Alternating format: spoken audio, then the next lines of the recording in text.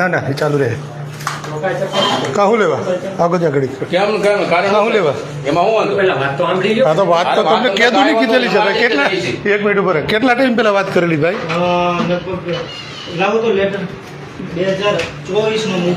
પછી એ પૈગો સાહેબ તમે કહો હજી મોબાઈલ મૂકીને વાત કરો કેમ કરવી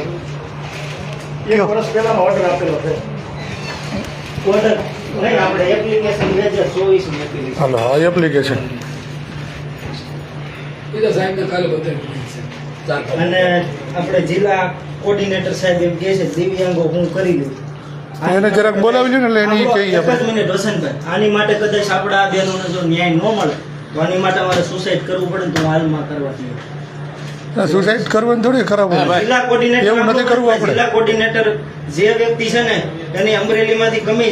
જેના વિભાગમાં આવતો હું તમને નથી કહેતો તમારા વિભાગ બાકી એની દરખાસ્ત આવી જોઈએ એની વ્યક્તિ જોઈ નહીં અમારા અમારા આ લોકોને છે ને કન્ડિશન ખરાબ છે નથી એટલા માલ સડીને આવી શકતા અને વારા ઘડીએ અમે કોઈ પણ ધંધા રોજગાર માટે બંધાયેલા અમારી પાસે કોઈ એવી આવક છે નહીં ટાઈમ બગાડીને આખા ગુજરાતમાંથી અમે આવ્યા છે બધા હજી અમુક ને અમે અમારી બોલાવ્યા બાકી અમે આખા ગુજરાતમાં દિવ્યોમાં બોલાવ્યા નથી અમારા હોદ્દેદારો નિમણૂક તમે કહેતા જ બોલાવી અમે સંસ્થાઓ બાકી છે ને અમારે તકલીફ પડતી હોય મેં આ કે કરેલું છે તો મને ત્યાં કણે એમ કીધેલું કે તમને લેવામાં આવશે પણ મને લીધેલી નથી એજન્સી દ્વારા મેં તમને મેસેજ મોકલ્યો ઓલો ભાઈ કે ગયા અમને લાવો ને આ બેનની એવી જાણ કરી છે બધું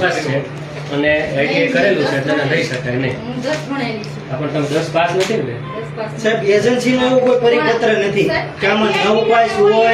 એક જ મિનિટ 9 પાસ હોય 10 પાસ તમારી વાત મેં સાંભળી અને મેં એજન્સીને ફરી વખત મોકલું કે નથી મોકલું ને મેં પણ અમે અત્યારે અમે જે તમને 5 દિવસનો પકડી દી કાગળિયો તો પકડવી તો કેમ થાય 100% આમાં શું છે એની અંદર એવું લખેલું છે કે 100% ડોક્યુમેન્ટ ચકાસવાની જવાબદારી જિલ્લા શિક્ષણ અધિકારીની